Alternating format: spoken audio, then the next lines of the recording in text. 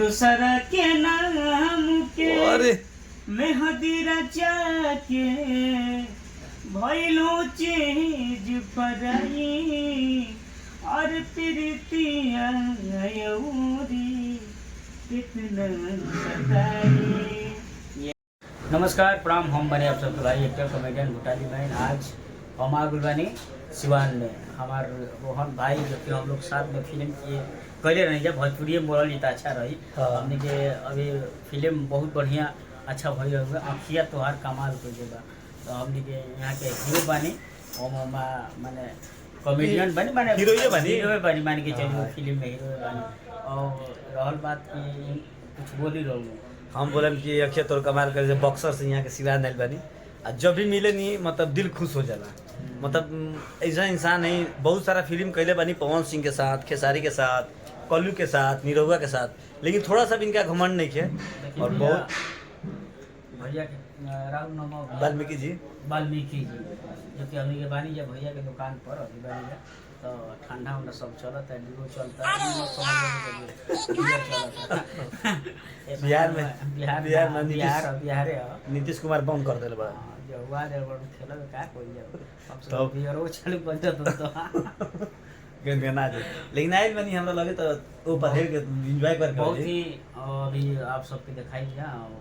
आप सब सही वीडियो में जुड़ा रह जा। अभी बाहर देखा हम सन की स्वीट जो दुकान में आए रहनी सन श्री हनुमान स्वीट्स में हनुमान स्वीट सिवान में बा और आप सब एक मिठाई मिली जा। आप सब भी आई आ खा के जाएंगे ओकरा बाद लेके भी जाएंगे आ जब भी ये दुकान पे हम तो भुटेली भाई से मुलाकात करके भी जाए फिर बाहर मिलल जाई, बाहर थोड़ा सीन बाहर के दिखावल जाई।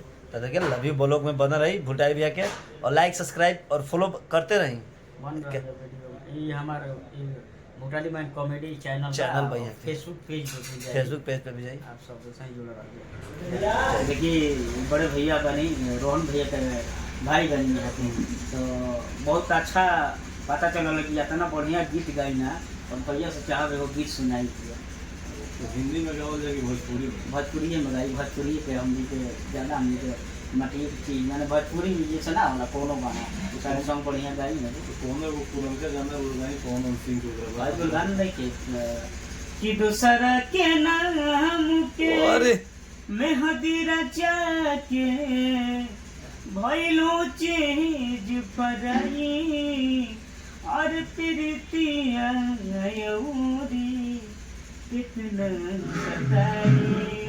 ये गाना गले रन पवन भैया के साथ। हाँ पवन भैया ने क्या कि गाना गाए। हाँ गाई भैया तुम जा जाए बदरा तू चली जा कही होई लोर होई प्रेमी के ये सब का गाना बा नहीं क्यों बोलतो राग में अभी तो भैया हल्का सा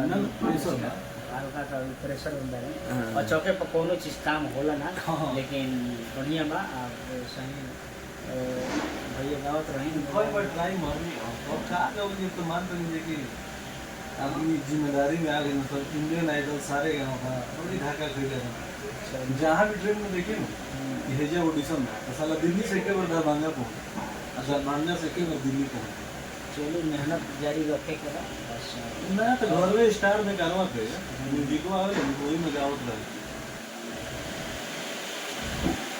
राग ठीक रहला सर वे खाली पूरा गाना हो जाए तो मजा आ गए।